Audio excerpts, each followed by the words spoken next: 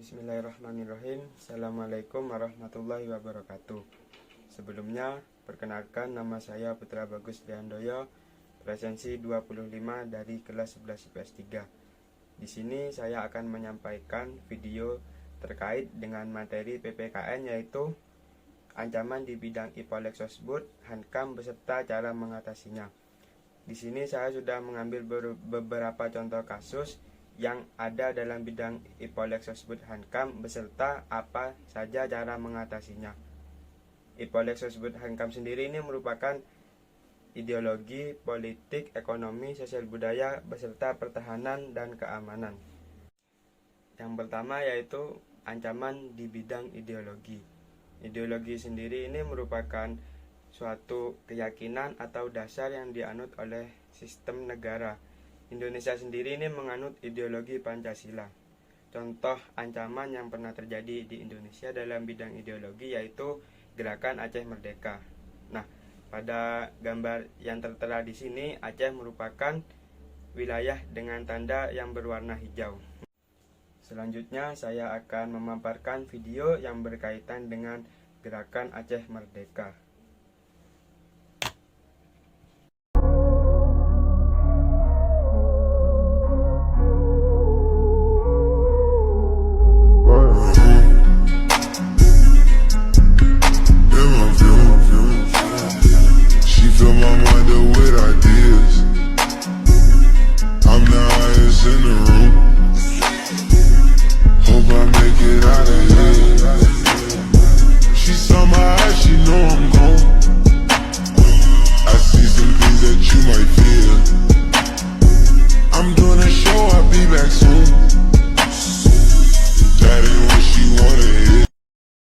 Nah, pada cuplikan video singkat tersebut itu merupakan perlawanan yang dilakukan antara tentara Republik Indonesia melawan pemberontak Gerakan Aceh Merdeka.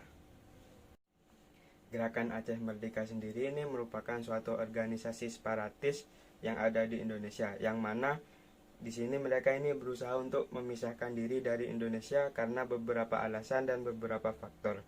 Alasan dan faktor itu antara lain yang pertama karena cekcok yang terjadi antara masyarakat Aceh dengan pemerintah, yang mana pada saat itu masyarakat Aceh menginginkan untuk adanya peraturan yang berkaitan dengan syariat Islam. Selanjutnya, faktor kedua yaitu tidak adilnya pemerintah Republik Indonesia pada masyarakat Aceh atas bagi hasil pengelolaan sumber daya alam yang diambil dari Aceh. Akibatnya yaitu rusaknya etika dan moral bangsa karena sikap mereka yang tidak sesuai dengan nilai-nilai yang tertanam dalam Pancasila. Lalu bagaimana cara kita mengatasi supaya kita tidak terjerumus dalam ideologi yang salah? Yang pertama yaitu kita harus memahami arti penting dari Pancasila itu sendiri. Yang kedua yaitu menerapkan sila-sila yang ada Pancasila dalam kehidupan sehari-hari supaya dalam beraktivitas itu kita bisa mengamalkannya. Yang ketiga yaitu meningkatkan pertahanan dan keamanan dalam masyarakat, dan yang terakhir yaitu bisa melakukan sosialisasi terkait dengan ideologi bangsa. Biasanya ini dilakukan sejak dini, mulai dari sekolah SMP sampai dengan jenjang kuliah, supaya tertanam dalam diri bangsa, diri pemuda itu sudah tertanam ideologi Pancasila yang kuat. Selanjutnya yang kedua yaitu ancaman dalam bidang politik. Nah, dalam bidang politik ini sendiri ancamannya bisa dari dalam maupun dari luar negeri. Nah, di sini saya akan menyampaikan ancaman dari dalam negeri. Bung Karno pernah mengatakan, "Perjuanganku lebih mudah karena mengusir penjajah, tapi perjuanganmu akan lebih sulit karena melawan bangsamu sendiri." Kenapa? Karena di Indonesia sendiri ini yang dilawan yaitu bukan asli penjajahan seperti yang dilakukan oleh luar negeri, tapi penjajahan seperti korupsi, kolusi maupun nepotisme yang dilakukan oleh para pejabat-pejabat negara.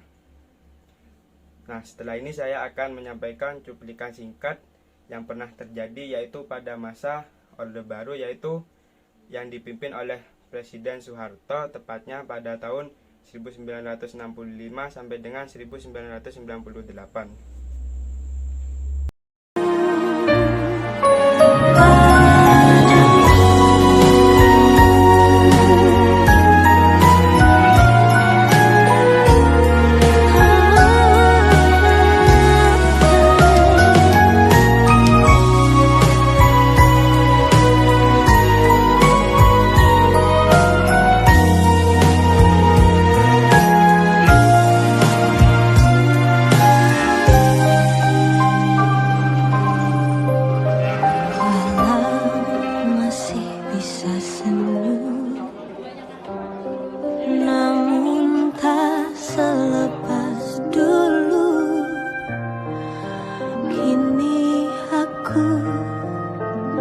kesepian,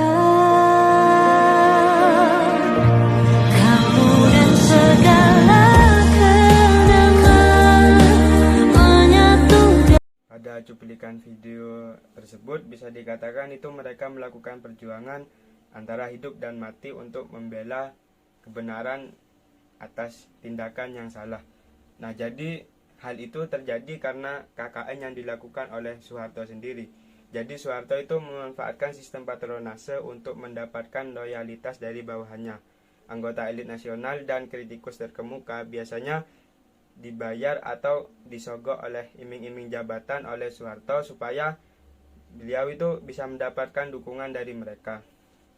Juga ada kasus korupsi yang pernah dilakukan oleh Soeharto, yaitu kasus korupsi yang terkenal yaitu Yayasan Super Semar yang dipimpin oleh Soeharto sendiri sejak tahun 1974 sampai lengser dari kursi presiden. Nah, selama memimpin itu Soeharto memakan dana sebanyak 4,4 triliun. Jadi bisa dibilang Soeharto ini bapak korupsi Indonesia. Lalu bagaimana cara mengatasi supaya KKN ini dan tindakan-tindakan yang semacamnya tidak terulang atau terjadi lagi?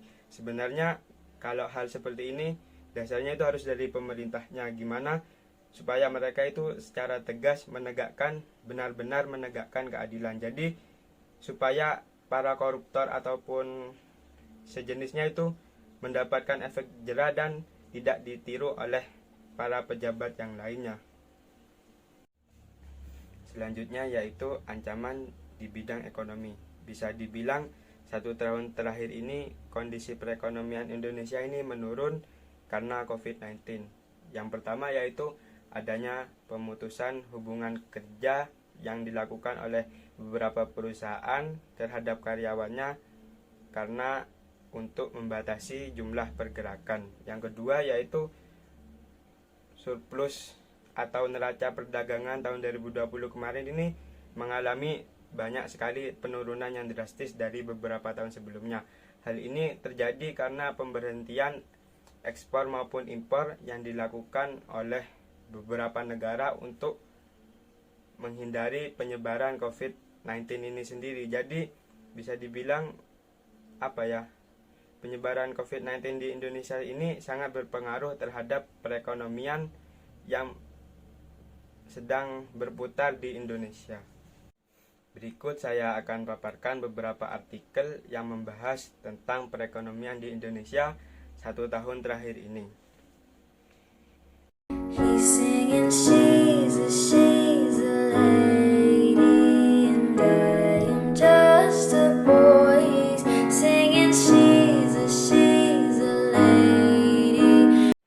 Kemudian bagaimana cara mengatasi penurunan perekonomian yang terjadi di Indonesia?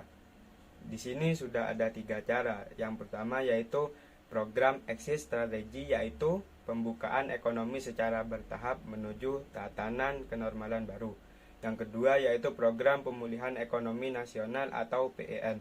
Yang ketiga yaitu riset dan transformasi ekonomi. Menurut Menteri Ekonomi Indonesia yaitu Erlangga menyatakan bahwa pandemi COVID-19 memberikan tekanan pada perekonomian baik dari sisi permintaan maupun penawaran. Semua indikator memberikan sinyal pelemahan ekonomi.